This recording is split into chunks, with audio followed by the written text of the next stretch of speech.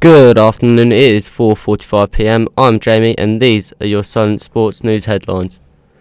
The penultimate round of the Formula 1 heads to Saudi Arabia this weekend. Red Bull's Max Verstappen leads Mercedes' Lewis Hamilton by 8 points in the championship. Hamilton enters the race with confidence after beating his title rival in the previous two. Red Bull will also look to bridge the gap between Mercedes after they lead the Constructors' Championship by 5 points. One of the NFL's biggest stars won't feature again this season. Carolina Panthers running back Christian McCaffrey suffered an ankle injury during last Sunday's 33-10 loss to the Miami Dolphins.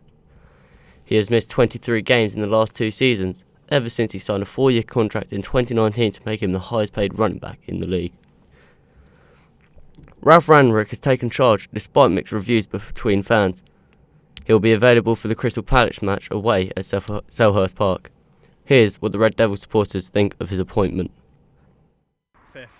I think with a new manager coming in, it would give them that little bit of spur on to do better, but if they still kept Ollie, then I reckon they would have finished lower than that. I reckon I'll finish 6th maybe. I believe they finished 7th. They just don't have a strong team anymore. I think Man U do last. They spent all their money on Ronaldo and they can't afford a good coach. I think under Ralph, we're going to finish top 4. Champions League's coming home. I reckon that Man United will probably finish 7th, 8th, and the reason why is because they got a very good team, but they just don't know how to play.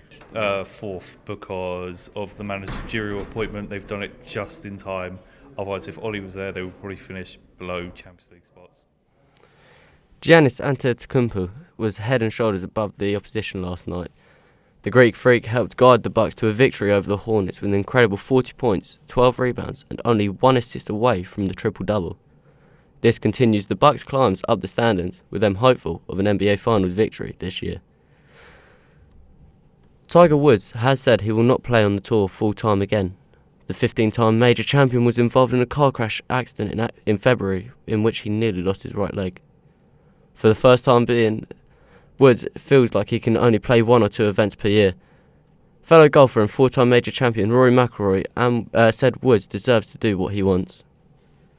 He's been through the wars. He's put his body through a lot. If I were him at this point, I'd have no ambition to play a full-time schedule. I mean, you play the events you want to play. It's smart to do that, and it'll just be nice to see him back on the golf course again whenever that is. England cricketer Ben Stokes finally made his comeback ahead of the year's Ashes series. The all-rounder picked up 2 wickets against England's Lions team in Brisbane. He hasn't played for England since March as he took a break from the game due to his mental health. The first test of this series starts in Brisbane on Wednesday. The masses will return to Alexandra Palace later this month. Gerwyn Price is looking to retain his crown, which he won last year. He could face a red-hot Fallon Sherrock in the 3rd round. Here we have Harley Gallagher and his thoughts on who will win the big prize. I think this will be the most interesting World Championships that we've seen in 5 or 6 years. I think that Gerwyn Price is very heavily the favourite this year. However, there are a few players who look like that they could outperform him. Peter Wright most recently won the Players' Championship and he looked incredibly good. But for me, the crowds will be absolutely in uproar about Raymond van Barneveld returning, Fallon Sherrock, the Queen of the Palace, returning. Hopefully she'll wow the crowds. But for me, I can't see anybody being able to get past James Wade. He's too good on the doubles at the moment, and he really looks like he's getting back to peak form.